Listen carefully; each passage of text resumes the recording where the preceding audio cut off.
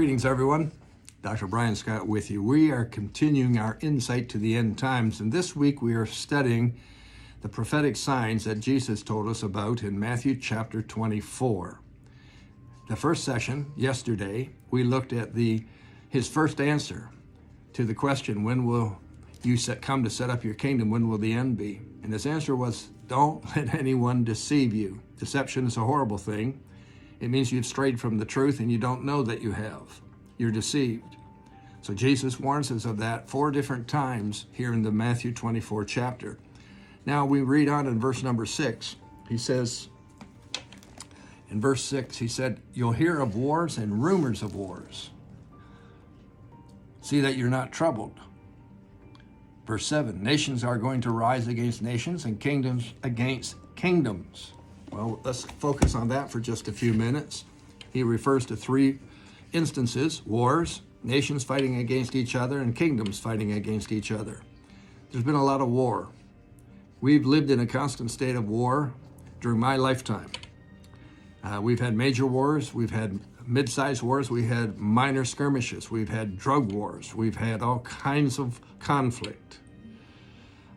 War's been a constant. You could say that it's such a constant that, yes, this has been fulfilled. This is a sign of the end times. In a bit of research that I did, I found that there were 8 major wars in the 21st century that have occurred where more than 10,000 people have died. And there have been 18 mid-sized wars in this 21st century where between 1,000 and 10,000 people have died. And then there have been 16 smaller conflicts where up to 1,000 people have died. Well, that's a lot of different conflicts.